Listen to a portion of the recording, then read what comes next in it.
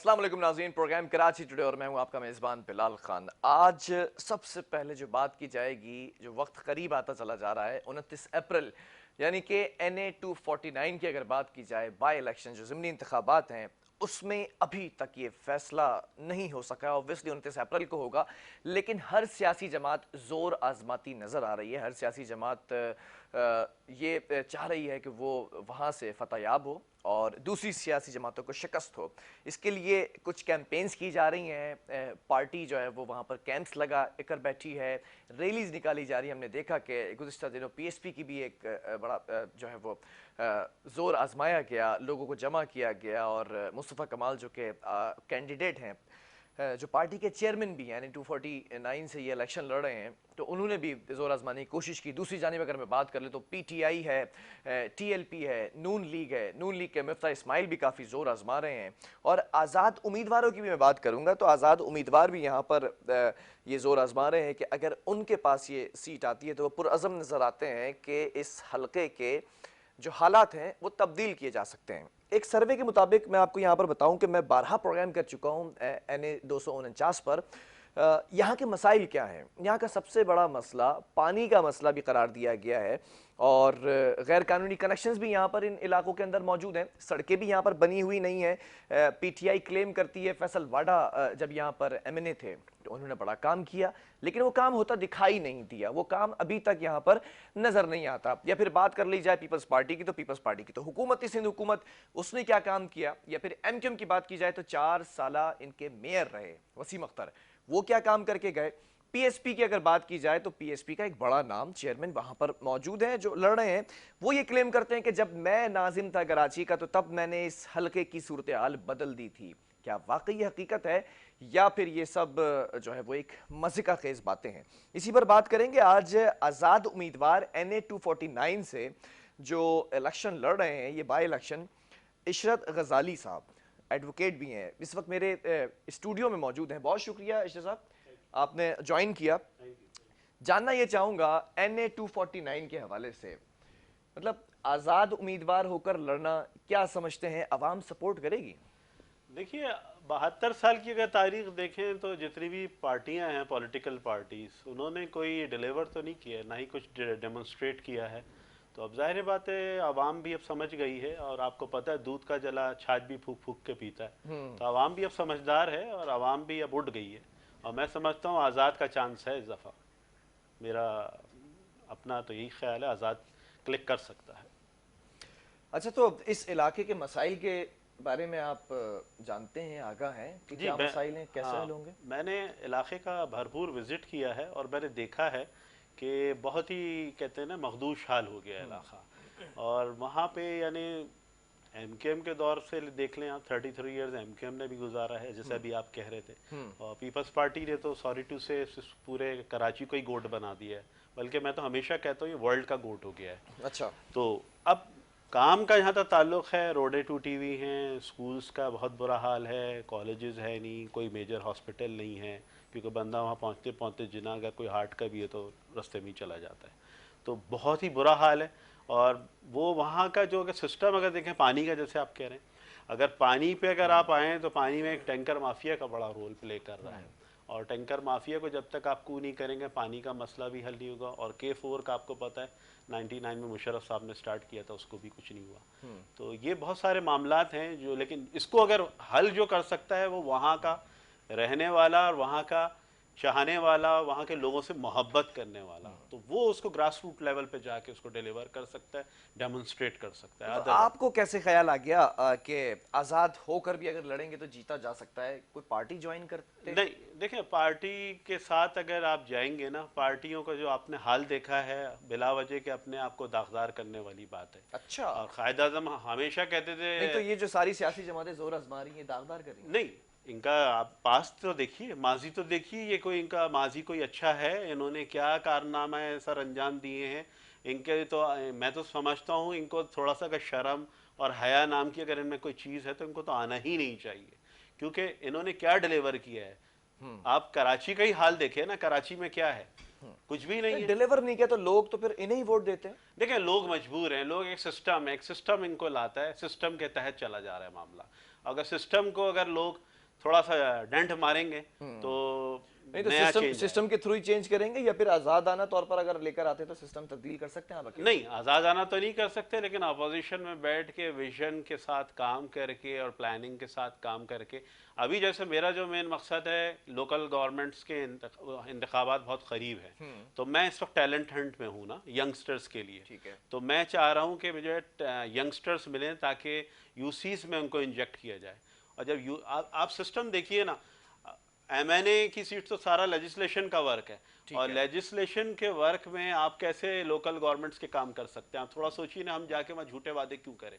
हमारा तो काम लेजिस्लेशन तो जब आप वहां पर जाकर उस हल्के में बात करेंगे और आप ये कहेंगे कि भाई मैं आपके मसाइल हल नहीं कर सकता क्योंकि मेरा तो काम ही लेजिस्लेशन का है और यूसी के अंदर मैं इंजेक्ट करना चाह रहा हूं, तो क्या आवाम वोट देगी? नहीं, हाँ, इसका एक मैं तरीका, बिल्कुल you are right, you put right question. देखिए, इसमें ये है कि अगर आप कोई एक सेल बनाते हैं वहीं के लोगों को सेलेक्ट करके, जो अच्छे लोग हैं, और उन्हीं को आप डिवोर्स करते हैं सारे राइट, और उन्हीं को आप देते हैं कि भाई आप इस सिस्टम को लेके चले, और उन्हीं को फेडरल गवर्नमेंट के तहत लागे। फेडरल गवर्नमेंट तो ग्रांट्स देती है ना हर एमएनए को, लेकिन वहाँ के लोगों को सिस्टम अगर आप एक डेवलप बना के एक सेल दे देंगे और फॉर एवर का दे देंगे, और विथ फाइनेंस के साथ, विथ फाइनेंशियल, अगर आप देखिए कोई भी सिस्टम चलता है फाइनेंशियल इम्पैक्ट के साथ चलता है, अगर आप उसको दे देंगे तो मैं समझता हूँ आवाम के लिए मतलब एक एमएनए को अगर ग्रांट मिलती है 10 करोड़ रुपए, 50-60 करोड़ मिलती है, फेडरल देती है, तो वो उसके लिए काफी होगा साल की? नहीं, साल की होती है।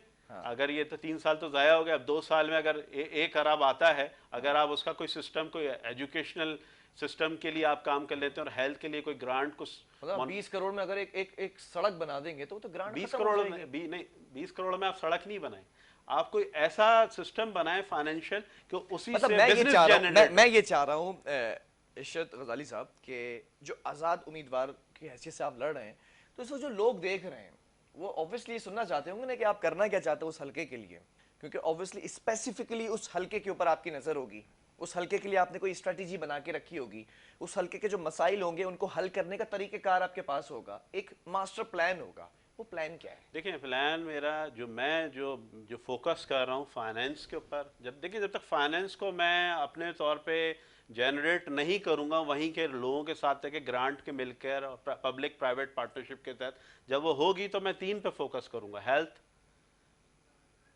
एजुकेशन और इंसाफ। मेरा ये 3 पे वर्क है और ये मेरा मास्टर प्लान है कि मैं इस पे वर्क करूँगा। अब बाकी सोशल इश्यूज आ जाते हैं, पानी है, बिजली बहुत मेन वो है, लेकिन ये मैं वादा नहीं कर सकता। इस पे फोकस जरूर किया जाएगा, इसके लिए पॉलिसी जरूर बनाई जाएगी। एक तरफ आप हैं जो कह रहे हैं कि बिजली के मसाइल भी हैं, पानी के भी मसाइल हैं, उस पर मैं वादा नहीं कर सकता, ठीक है। दूसरी तरफ नून लीग है और मरियम नवाज का आज वीडियो पैगाम भी जारी हुआ है, वो कह रही है इस हल्के के अवाम के लिए सबसे पहले अगर मिफ्ताह इस्माइल जीते तो पानी का मसला हल करेंगे, दीगर मसाइल हल करेंगे। वहाँ पीपल्स पार्टी कह रही है कि हमारे पास है, वजीर बल्दियात भी हमारा है, बल्दियाती निज़ाम भी हमारा, हम यहाँ पर काम करेंगे। तीसरी तरफ मुस्तफ़ा कमाल कह रहे हैं कि मैंने तो डिलीवर किया था, यहाँ पर इस हल्के के लिए काम किया था, तो मैं तमाम मसाइल हल कर दूंगा। वो तमाम वादे, और एक तरफ आप कह रहे हैं कि मैं वादा नहीं कर सकता। नहीं, देखिए, ये मैं बिल्कुल मैं तो स्ट्रेट फॉरवर्ड बोल रहा हूँ ना। देखिए, वो तो सारे झूठे वादे थे, अभी दोबारा भी आ जाएंगे तो नहीं कर सकते। जब तक आप कोई जामे पॉलिसी या कोई भी ऐसा ग्रास रूट लेवल पे वर्क नहीं करेंगे और किसी इंटरनेशनल एनजीओज के साथ मिलकर इसको काम नहीं करेंगे, या किसी बहुत बड़े बिग टाइकून को मिला के आप वहाँ के वाटर के लिए कोई चीज जनरेट नहीं करेंगे, आप नहीं कर सकते। आप झूठे वादे कर रहे हैं। नहीं तो एनजीओ ही क्यों, टाइकून ही क्यों, सरकार क्यों ना करे जो टैक्स कलेक्ट करती है लोगों से? देखें, सरकार तो आपको पता है, सरकार जो कलेक्ट करती है, सरकार क्या करती है? सरकार तो अपनी याशियों में ही सारा उड़ा देती है। सरकार पे तो लोगों का एतमाद ही नहीं है ना। लेकिन अब सरकार को आप कैसे ग्रिप देंगे? जब सरकार पर लोगों का एतमाद नहीं है और आप इलेक्शन लड़ने जा रहे हैं और वहां पर ये बात कर रहे हैं कि सरकार पर तो एतमाद ही नहीं, तो मैं सरकार से कुछ नहीं ले सकता, लोग आप पर कैसे एतमाद? लेकिन सरकार तो पॉलिटिकल पार्टीज को मैं कह रहा हूँ ना, वो एक देखे ना, एक यरगमाल बनाया हुआ है। अगर आजाद आएंगे तो एक विजन आएगा, एक विजडम आएगा ना, और जब विजन आएगा, विजडम आएगा तो नए लोग आएंगे, जब नए लोग आएंगे तो नई पॉलिसी आएगी और पाकिस्तान की बेटरमेंट की बात होगी। अभी तो ये है कि पेट भरो और निकल जाओ, तो ऐसा नहीं। अभी जिस सरकार जो है वो तो गासिबों का टोला है, वो क्या कर रही है? वो तो कुछ नहीं कर रही। वो तो आप 72 साल से देख ले पाकिस्तान का क्या बेड़ा गर्क कर दिया। आवाम का रिस्पांस कैसा है? ठीक है, वो इलेक्शन के दिन पता चलेगा, लेकिन जब आप वर्किंग करने के लिए गए होंगे, कैंपेन चलाई होगी, आवाम ने मसाइल भी शेयर किए होंगे, जी कैसा बिल्कुल, रिस्पांस है आवाम यूसी के में? या फिर जो आप लड़के ढूंढ रहे हैं इंजेक्ट करने के लिए, वो मिले आपको फिर? जी जी, मेरे अच्छी खासी मुझे इसमें अल्हम्दुलिल्लाह मैं आई एम सक्सेसफुल, और काफ़ी लोगों ने मुझे अप्रोच किया है, और मैं अल्हम्दुलिल्लाह मैं समझता हूँ कि यूसी में मैं इंजेक्ट कर लूँगा। और आवाम के खैर तो बेतहाशा मसाइल हैं।